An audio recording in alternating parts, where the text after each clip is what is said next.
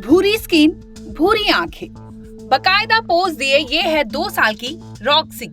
ये डॉगी अचानक अपनी मालकिन से बिछड़ गई, या यूं कहें कि इसे इसकी मालकिन से दूर कर दिया गया। अब ऐसे में सवाल ये उठता है कि आखिर एक डॉग के लिए कोई ऐसा क्यों करेगा? लेकिन यहाँ तो ऐसा हुआ था। बकायदा रॉक्सी की किडनैपिंग की गई और उसे एक जगह से ले जाकर दूसरी जगह पर कैद कर दिया गया। जब रॉक्सी की मालकिन तक खबर गई तो वो दौड़ी भागी पुलिस के पास पहुंची। एक और मन में मलाल लिए कि इस देश में वैसे ही इतने अपराध है कि जिसकी जांच में पुलिस जुटी है, तो ऐसे में वो रॉक्सी के लिए क्या ही कर पाएंगे। मामला पुलिस में तो था ही, लेकिन इसके साथ ही रॉक्सी की मालकिन ने रॉक्सी के मिलने पर इनाम घोषित कर दिया। इनाम के साथ साथ बकायदा पोस्टर छपवाए ताकि किसी भी सूरत में उन्हें वो रॉक्सी मिल पाए। गुमशुदा कुत्ता लाओ, 1 लाख इनाम पाओ। कुत्ते की तलाश में दिल्ली पुलिस ने सैकड़ों सीसीटीवी खंगाल लिए। आखिर इस पोस्टर में क्या कुछ कहा गया था, आइए आपको बताते हैं। 2 साल की बंध्या मादा बीगल 25 तारीख के सुबह से ही गायब है। उसकी हाइट 13 इंच लंबी है। उसके साथ ही उसके कॉलर पर गुलाबी रंग का पट्टा है। उसका नाम भी बताया गया, जिसमें नाम रॉक्सी था। इसके साथ ही 1 लाख रुपए का इनाम घोषित किया गया था। 25 तारीख को सुबह 5:30 बजे के करीब 5:40 पे ये गार्ड घुमा रहा था बाहर। सुबह ये आदमी आया और इसने 2 कुत्ते देखे, तो इसको जो ज़्यादा छोटा लगा और सुंदर लगा, तो काटता है तो उसका नहीं काटता, तो इसने उसको खींच लिया अकेले, गाड़ी में खींच लिया और ये गायब हो गया। और इसकी गाड़ी का नंबर प्लेट टेम्पररी था।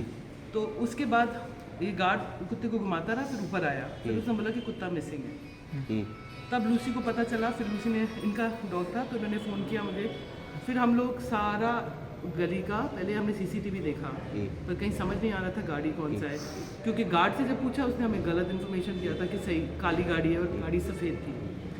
फिर तकरीबन हमने आके कंप्लेन करी इधर, पर फिर सीसीटीवी फुटेज हमने सारे जीके के, आप समझिए मेन रोड पे हंसराज गुप्ता के, हमने सारे सीसीटीवी खंड सारा देखा, कहीं पे भी गाड़ी का नंबर प्लेट नहीं आ रहा था।